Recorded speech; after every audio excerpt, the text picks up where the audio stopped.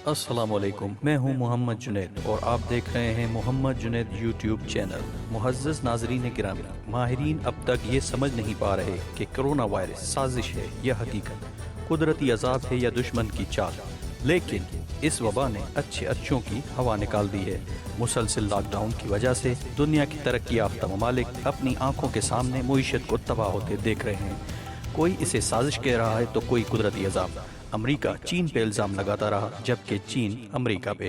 وہاں اگر بات کی جائے کانسپریسی تھیورسٹ کی تو وہ اسے بظاہر انسان دوست مگر دجال کی منتظرین تنظیمیں، فری میسن، الومناٹی، بیگ بلڈر گروپ وغیرہ کے کارندوں و یہودیوں کو اس کا ذمہ دار ٹھہرا رہے ہیں۔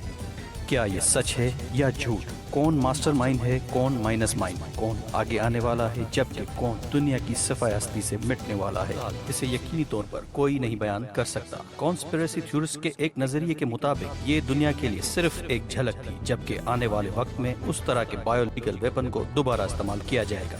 جبکہ دوسری جگہ ان کا کہنا ہے کہ ان تنظیمات کے پیروکار Bill Gates and Melinda Foundation کے اونر بل گیٹس اور اس کی ٹیم کی طرف سے اس وائرس کو چھوڑنے کا مقصد دنیا کو کچھ وقت کے لیے فریز کرنا بتایا جاتا ہے۔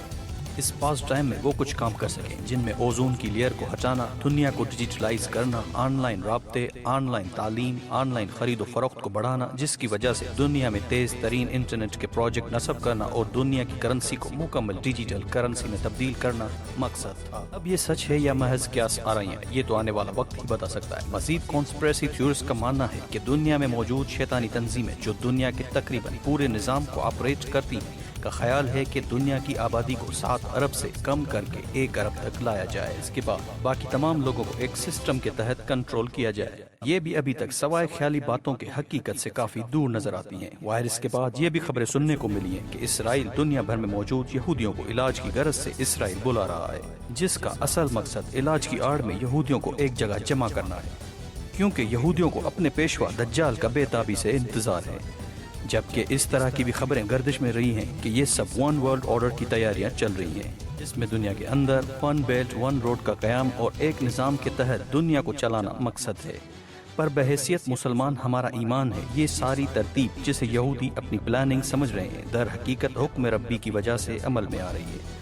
ون ورلڈ آرڈر ہو یا یہودیوں کا ایک جگہ جمع ہونا، اس طرح کے تمام ثبوت ہمیں اپنے مذہبی کتب سے ملتے ہیں۔ آپ کو ویڈیو اچھی لگی ہو تو لائک کریں، کمنٹ کریں اور دوستوں کے ساتھ شیئر کریں۔ اگر آپ نے ابھی تک ہمارا چینل سبسکرائب نہیں کیا تو سبسکرائب کریں اور بیل آئیکن کو ضرور دبائیں تاکہ ہر آنے والی ویڈیو آپ تک بر وقت پہنچ سکے۔ اگلی ویڈیو تک محمد جنید کو دیجیے گا اجازت۔ اللہ نگہبان۔